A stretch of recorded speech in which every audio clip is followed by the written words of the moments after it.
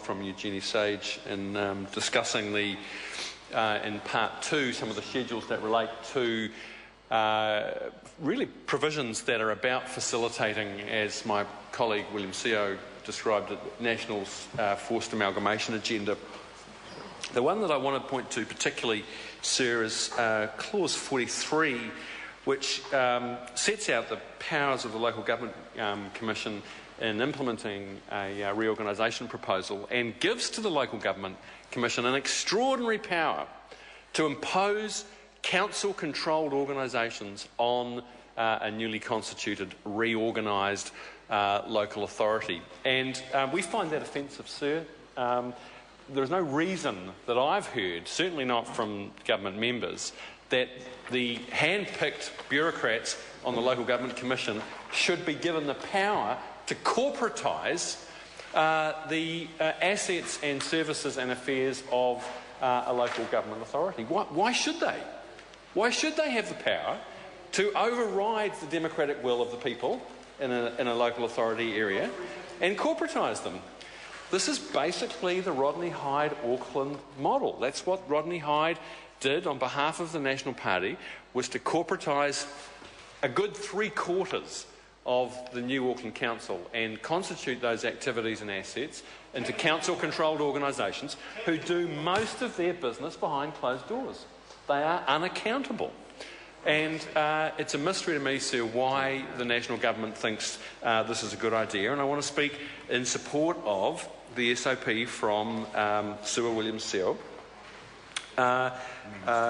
SOP number 460, which would remove this ability from the bill. It makes no sense. There's no justification for it.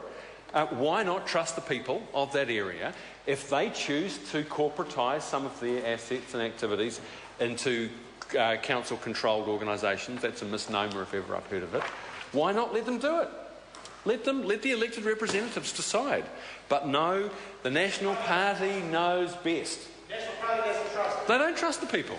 They always know best, and as they did in Auckland, they steamroller over the wishes of local people and they decide. And in fact, in Auckland, Stephen Joyce went as far as actually legislating that Auckland Transport must be a council-controlled organisation. Doesn't trust future generations of elected councillors in Auckland to decide whether they want that particular part of local government activities in the main body of the council or whether they would prefer to see it run as a CCO, Sir. So we are utterly opposed to that provision. We think it makes no sense at all. In fact, it's a retrograde step.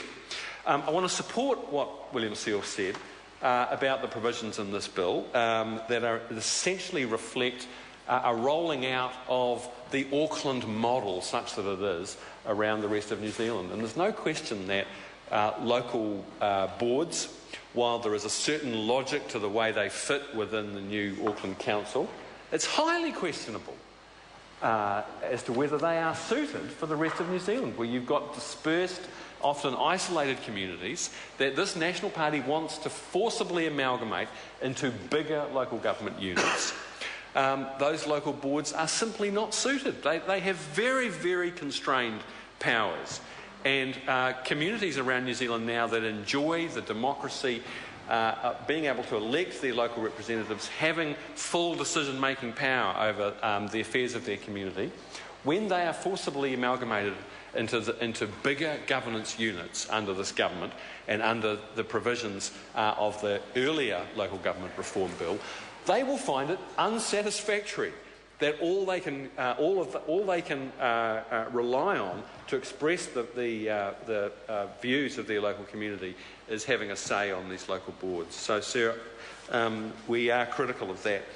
I want to come back to the Development Contributions Bill, which are also various transitional provisions are included in Part 2, and just make the final point, Sir, that this is classic National Party kicking the can down the road. They pretend to be doing something about development contributions, but really they are just kicking the can down the road. It's all about, with this National Party, managing the politics and the optics of this issue, trying to look like they're doing something, but not doing anything substantial about the problem. And they could have done a much more fundamental and thoughtful review, but they haven't.